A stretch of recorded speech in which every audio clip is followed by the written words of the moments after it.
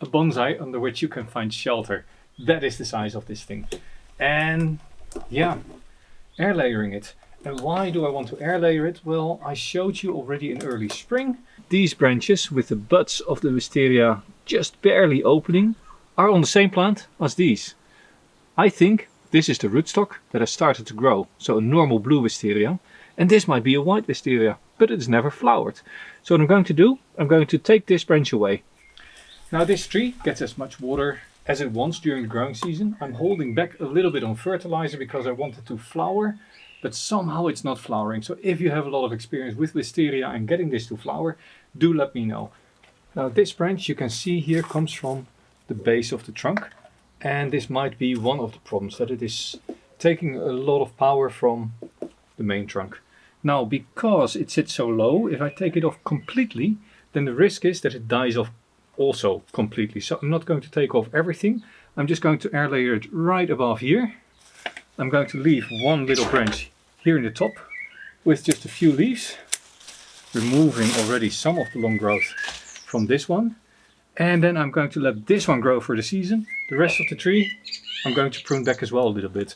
It is getting too big. It is starting to create these long runners and it's just sapping water. I don't know whether this is the right approach, but I see small branches here on the inside starting to die off. So I really need to open it up and give it a little bit more light.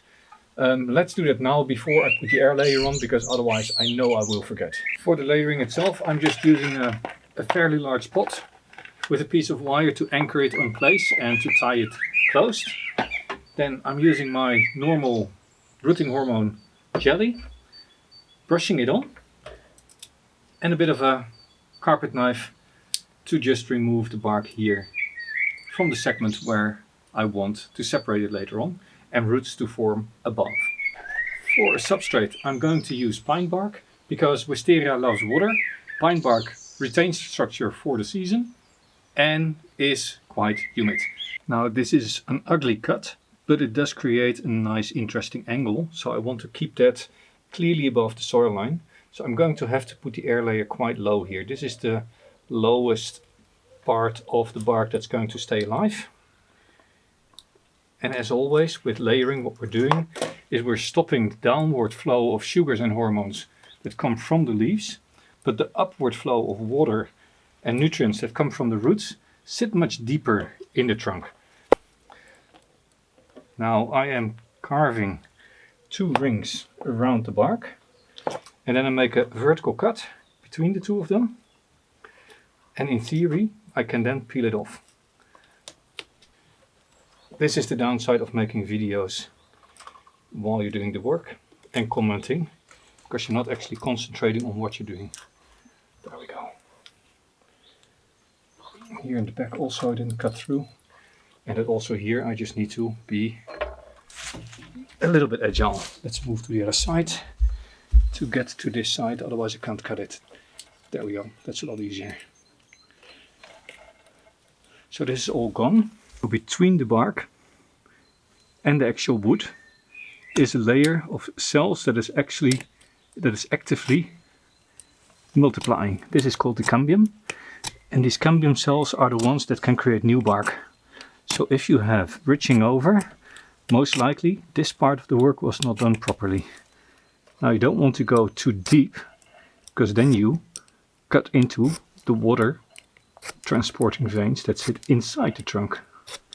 So this is something where you just have to take your time, go gently. It is not a problem if this dries out, so you can just take your time. And I'm taking some of these hormones. Look at how purple that is.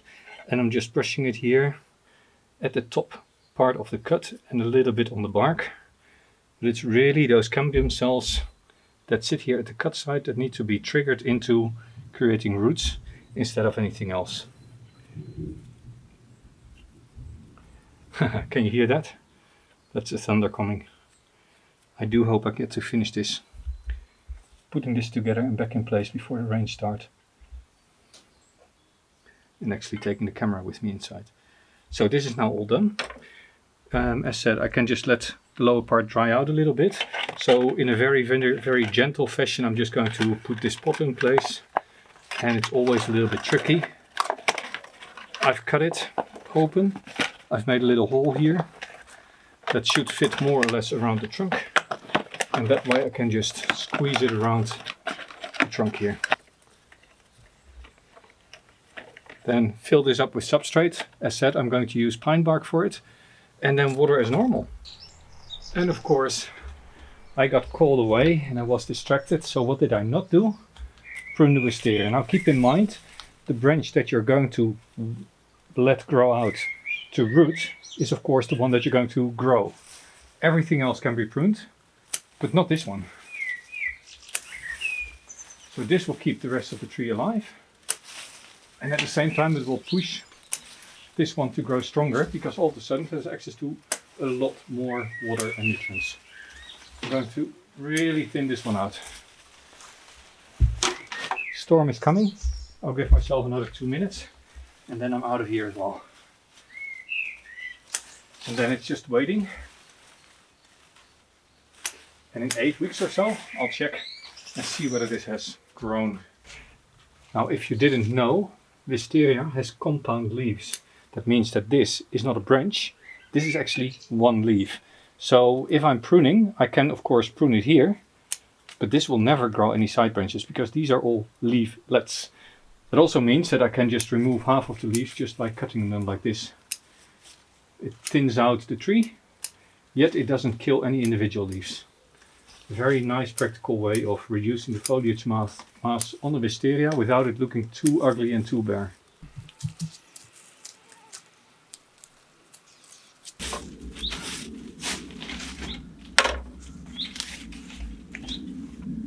Wow, that bush is a lot smaller now. It's August and wisteria must be the fastest growing tree plant that I have. Look at this, and this is actually chopped off. Look at these fat branches that I still have here. I just wanted to show you this. I'm not going to keep them. And the reason that I brought it out, I'll show you right now. This is what I saw when I was watering earlier. These are definitely roots. And for me, when I have an air layer, as soon as I have roots, I separate it. So that's what I'm going to do.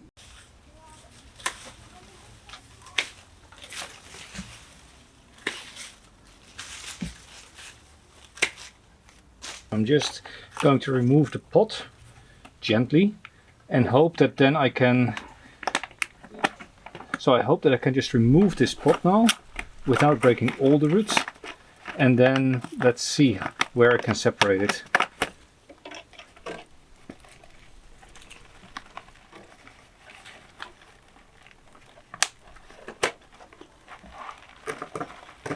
That is nice and healthy.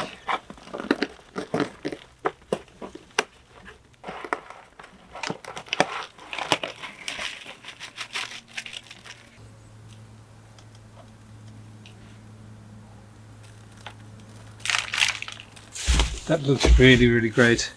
The problem is I will need to cut it off and get somewhere in between these roots without clipping off the whole root ball that has just formed. I can't actually see what I'm doing here. And this whole massive root ball here at the bottom all comes from the back and probably from just one connection. So I really will have to be very gentle in sliding this in between here, making sure I don't cut off the root ball. Not so easy. All or nothing, here I go. Now this is all quite tall and I don't need so much foliage. So these shorter ones, just to reduce the wind that it catches, can all be reduced. I'm reducing the length of the leaves. And here on top, I only keep one node of each branch. And this way I have all the ramification that I used to have, but it's a lot less wind susceptible. And I can now just plant it up. I filled the pot halfway with the bark that I used also for the layering, as it was rooting well in there. And now I'm just gently going to position it. This part I want to root, so I'm going to put that a little bit lower. Make sure that the roots can actually slide down into the pot. And then for filling up, I am using some old unsifted substrate, which is a little bit heavier. And I'll just gently tease this in the pot and get it a little bit between the roots where possible. And then I'm just going to water it down well and keep it very wet. Wisteria loves water, they need plenty of it.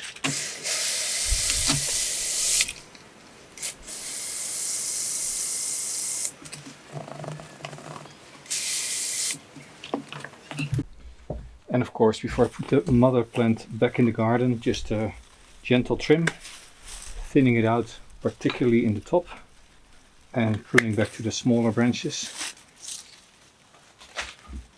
Nothing too drastic. And with that, this smaller of my 3 wisterias is ready to go back into the garden. And the one that I just potted up, of course, the same. Now the little one gets fertilizer, not just thirsty but also a hungry plant.